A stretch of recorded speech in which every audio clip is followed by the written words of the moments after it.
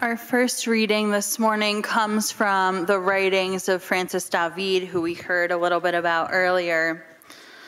He wrote, "In this world, there have always been many opinions about faith and salvation. You need not think alike to love alike. There must be knowledge and faith also. Sanctified reason is the lantern of faith. Religious reform can never be all at once, but gradually, step by step. If they offer something better, I will gladly learn. The most important spiritual function is conscience, the source of all spiritual joy and happiness. Conscience will not be quieted by anything less than truth and justice. We must accept God's truth in this lifetime. Salvation must be accomplished here on earth. God is indivisible. God is one." Here ends the reading.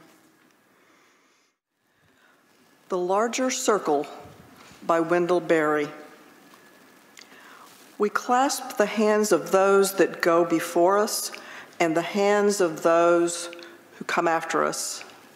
We enter into the little circle of each other's arms and the larger circle of lovers whose hands are joined in a dance, and the larger circle of all creatures passing in and out of life who move also in a dance to a music so subtle and vast no ear hears it except in fragments.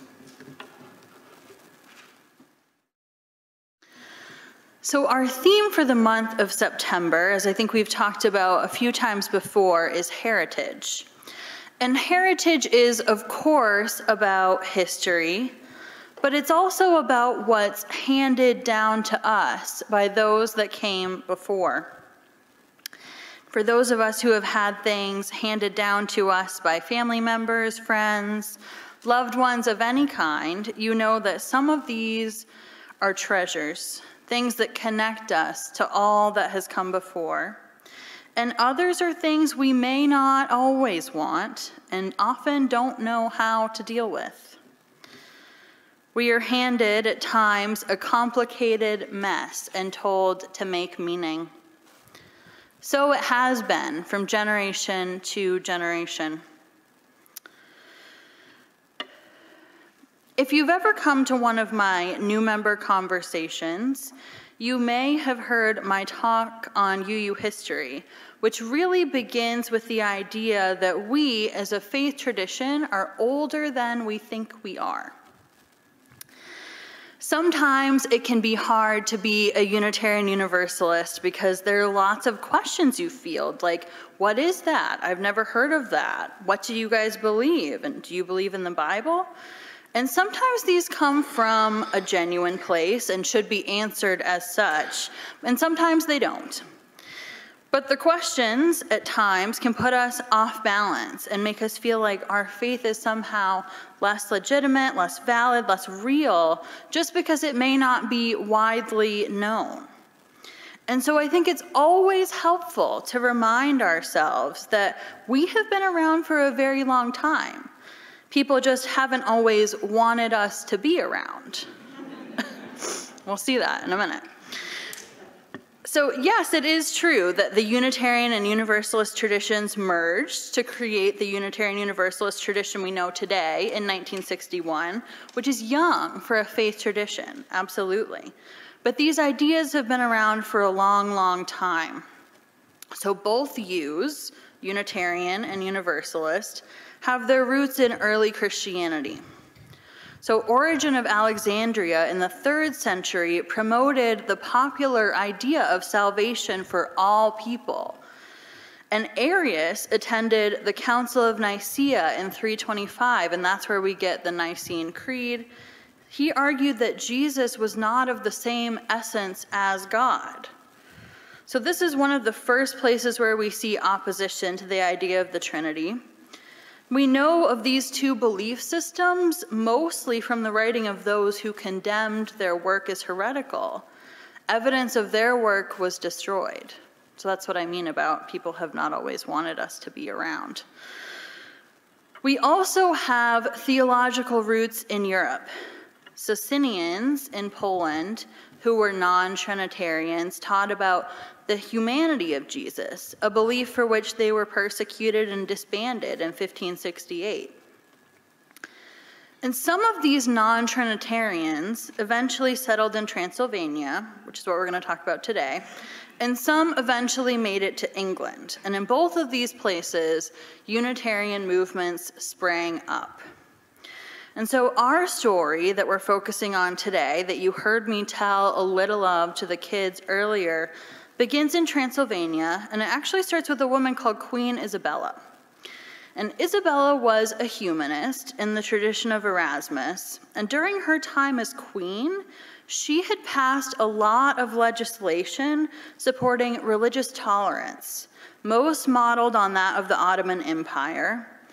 And we also know that historically there's been a special relationship between Unitarians, Jews, and Muslims in this part of the world. We know a lot of that thanks to the scholarship of the Reverend Dr. Susan Ritchie. She has a book called Children of the Same God. That could be a whole other sermon.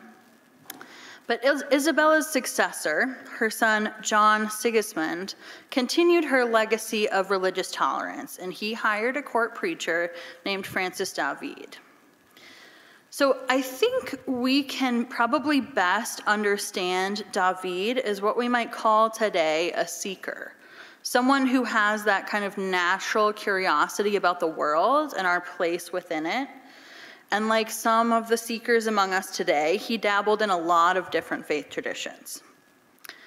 He was raised Catholic and eventually became a Catholic priest, but he was coming of age around the time of the Reformation, and so he soon left that tradition and became a Lutheran.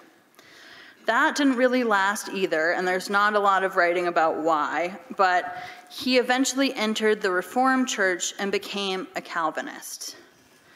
And finally, after a lot of questioning and discernment, which is kind of what you heard in the first reading, he rejected the doctrine of the Trinity. And so David wrote those famous words that we heard earlier in the reading: "We need not think alike to love alike." And this was also a call for tolerance to be extended to believers, other Christians, and also of other traditions, arguing that we must love one another. This was radical at a time when religious persecution was rampant.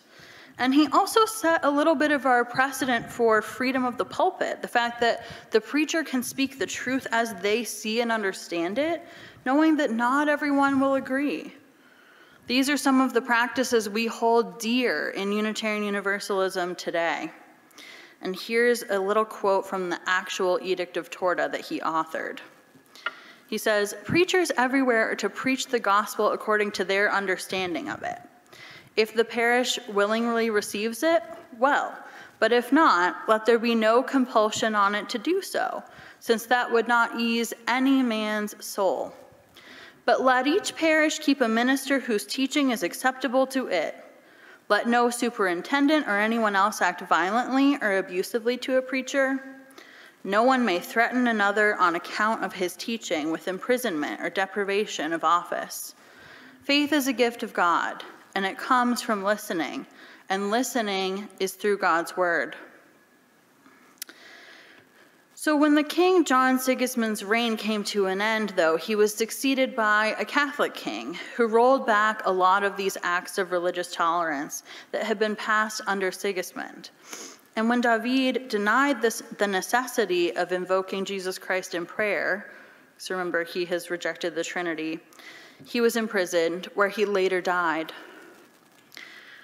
And so you may be wondering, why should we care about this guy from the 1500s who said it's okay to believe different things, but it's mostly only under the umbrella of Christianity?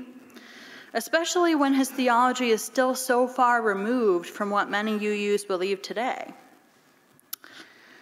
Well, I would say the first part of my answer comes from the voices of two wise women. A mentor of mine once explained that people not caring about our history hurt her a little bit, because in her pastoral words, those are really like our grandparents in a way. And Alice Walker adds depth to this idea with her writing on ancestors. She writes, "To acknowledge our ancestors means we are aware that we did not make ourselves, that the line stretches all the way back, perhaps to God or to gods. We remember them because it is an easy thing to forget that we are not the first to suffer, rebel, fight, love, and die. The grace with which we remember life, in spite of the pain, the sorrow, is always a measure of what has gone before." I am big on the concept of ancestors, as you may have noticed, because I think it's helpful for all of us to remember that we are formed time and time again by the people who love us and who have loved us. They have each made a mark on us, and being influenced by ancestors doesn't necessarily mean you have a perfect relationship with your family. Those who love us are always imperfect people, doing what they can. We are loved by our chosen family just as much as our blood. We can recognize someone's imperfections and also recognize the bits and pieces of wisdom that they have given us, while allowing all that doesn't serve us to just fall away. The second part of my answer to why we should care about Francis David and this story around religious tolerance all of these years later has to do with our UU values. We believe in the free and responsible search for truth and meaning, though we have too often emphasized the free, I think, over the responsible. We also know that religious traditions and the people in them impact each other in this world. I once heard a story in seminary about Dr. Diana Eck, who was my professor for a semester, and she's the founder of something called the Pluralism Project. You may have read her book, Encountering God, about her journey to India.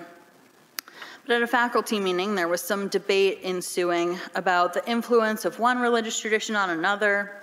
And she said in her kind of blunt but humorous way of speaking, "You know, religions don't just shoot through time and space without touching anything around them." And it's true. Though the potential connection between the Unitarian Church in Transylvania and the Unitarians in the early colonies might be murky at best, I believe there are connections unseen.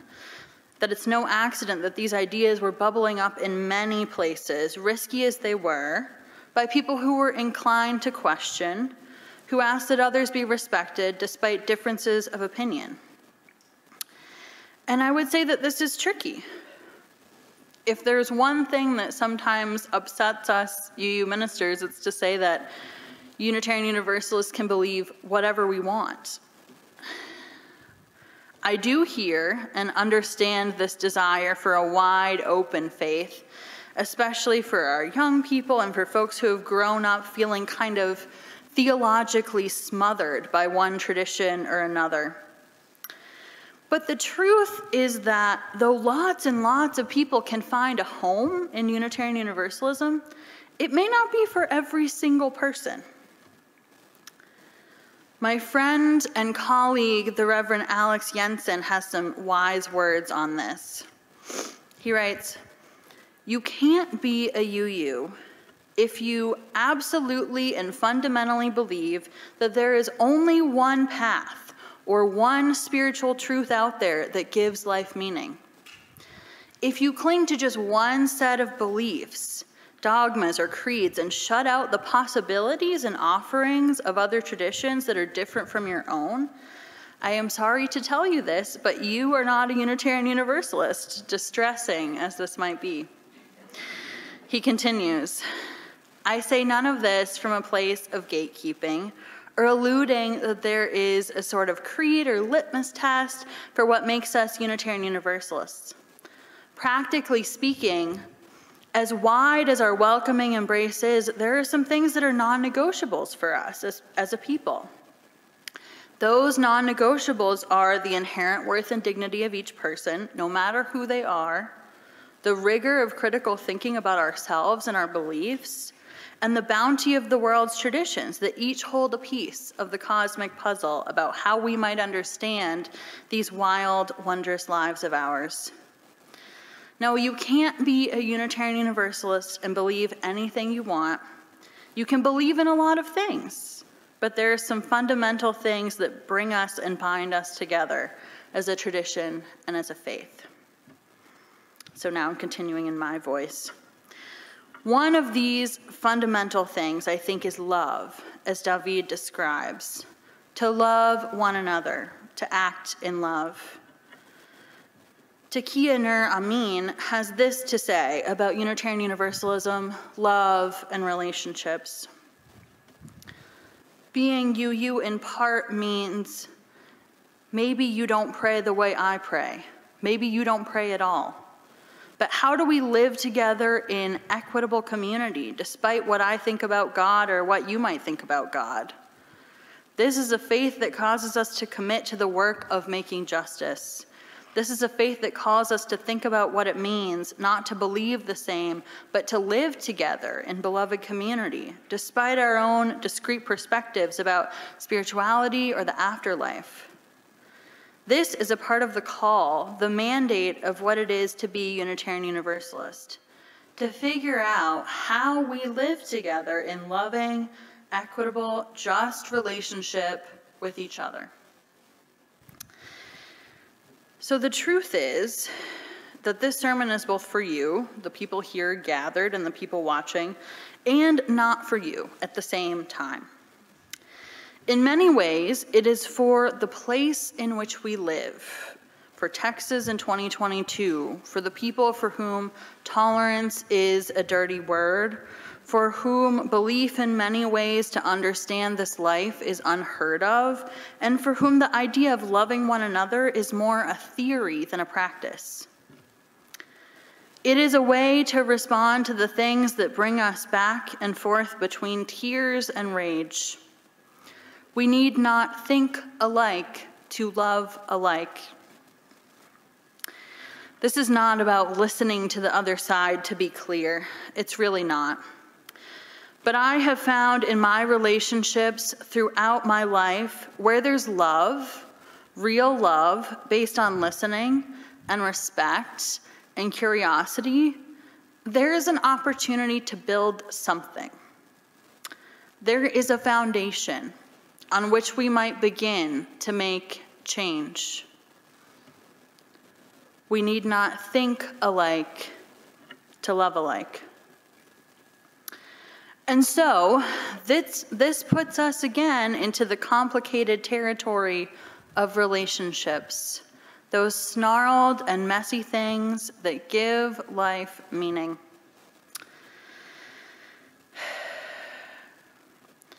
At the question box sermon a few weeks ago, someone asked something about, like, what is evil, or what is the root of all evil, about my theology of evil, which I've been asked before, believe it or not. And I shared that I believe we do evil to one another when we lose sight of another person's humanity. But what about a situation where the other person doesn't see yours? Where's the line between extending yourself and harm?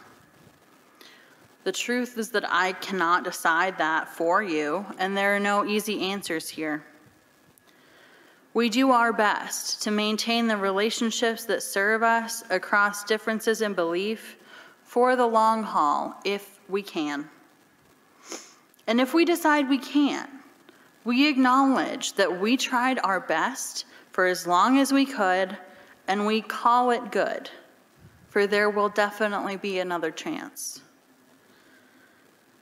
We've talked so much this morning about what our faith is calling us to do, and we've seen today that the ancestors are still speaking, that they help us to remember, as Alice Walker reminded us, that we are not the first to rebel, suffer, and fight, and we are not the first to love and to die, nor shall we be the last. And so as we close our time together this morning, I'm thinking about heritage again, and about what we will hand down to others who come after us, and about how we might learn to love alike in a place that tells us otherwise. May it be so. Amen.